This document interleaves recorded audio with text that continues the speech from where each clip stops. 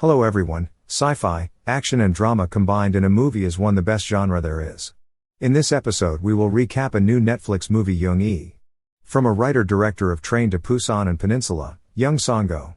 If you haven't watched this movie yet, please proceed with caution, spoiler ahead. A soldier is chased by robots, and fought well destroying most of them. She's highly skilled that she can face them all at the same time. A huge robot came and chased her with high-power weapons. Fighting it face-to-face would be suicide. While on the run she'd seen the view of the Earth. She's in space in a ship and chased by robots who wanted to kill her. The four-legged robot finally catches and is behind her. She let it fired at her and got crashed by a huge debris of metal, and then she positioned from behind and spotted the weakness. When she's about to fire her gun, she is distracted and was hit. One of her hands was hit, but there was no blood and she is shocked to see her hand spark, which is made of metal, and find out that she's also a robot, and then she was shut down. The whole thing is a simulation. The scientist came into the room and wondering why she's failed at the same point. She was known to be a legendary mercenary. Year 2135. The Earth is polluted, the sea rises, so humankind built a colony in space where everyone can live like they are on Earth. But space shelters 8, 12, 13 declared war for the rest of the shelters and threatened the colony including Earth itself, and the Civil War has been going on for the last 40 years. Director Jung and Ms from Kronoid presented a weapon that can stop the Adrian Civil War. The team leader Ms tried to extract Captain Yun's memory to create a perfect AI to finish the mission, which she failed to do so. The team leader Ms is also the daughter of the captain, and she is the reason why her mother joins the war. She got cancer when she was young, and Captain Yun tried her best to support her medication. When she's in her last mission to take down Adrian Rebellion, she almost died and was comatose, living her memory intact.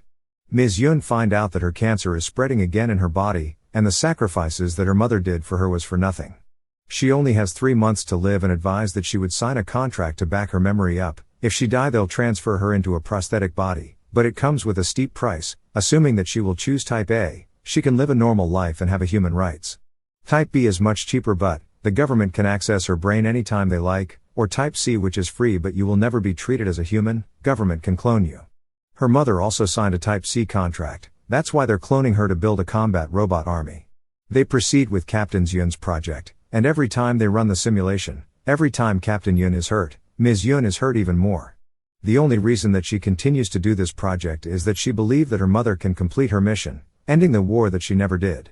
Director Kim and Ms. Yun had a meeting with the chairman of Kronoid. As they entered the room, Director Kim was paused, and appeared to be a robot as well. The chairman informed Ms. Yun that the war would come to an end. There's already a treaty between the Allied and the Adrian Republic. The chairman asks her to focus on building household AIs, and ask if Captain Yun can be switched from combat AI to household AI. Ms. Yun is disappointed and asks the chairman to continue Jung E's project, but the chairman insists that she really need to switch to household AI. Ms. Yun later found that her mother will be used as adult product. The company believed that it can generate good profit to them, as she was famous back in the day. Ms. Yun is running a final simulation for her mother and learned that in her state, she's still worried about her daughter. She wants to know if she's okay and wanted to be there beside her. Ms. Yun was crying and told her that her daughter's surgery was a success and is feeling better. Captain Yun also shares that her daughter gave her a doll for good luck, and promised to take good care of it. While in the war Captain Yun lost the doll, and was bothered about it until now. Ms. Yun shut her down before she continues talking. As she's looking at her, she cried in pain. She will do anything just to save her and restore her honor. Ms. Yun uploaded the final update to her, and whispers something. And then they started the simulation again and the result is still the same. Director Kim said goodbye, as this is their last meeting as a team, but then later he realizes that there's something wrong in the simulation. He reviewed the footage, and noticed that the captain dodged the bullet that should be hitting her head. Captain Yun is now in her combat mode, killing her 2 scientist escort. They sounded the alarm and released the combat robots to hunt her. Captain Yun is now fighting combat robots that is cloned from her and is highly skilled as well. She fought hard but still beaten. Ms. Yun then saved her and transferred her memory into another empty robot and escaped using a train. Then Director Kim appeared inside the train and was waiting for them, then threatened to shoot Ms. Yun if the captain will not surrender. But Ms. Yun told him that she deleted already the memory of her daughter into the system and that she is free. And then the director shot Ms. Yun. The captain and the director were fighting and later hit the director in the face and found out that he is a robot as well, the chairman's first toy. They were fighting when other combat robots came and shoot them.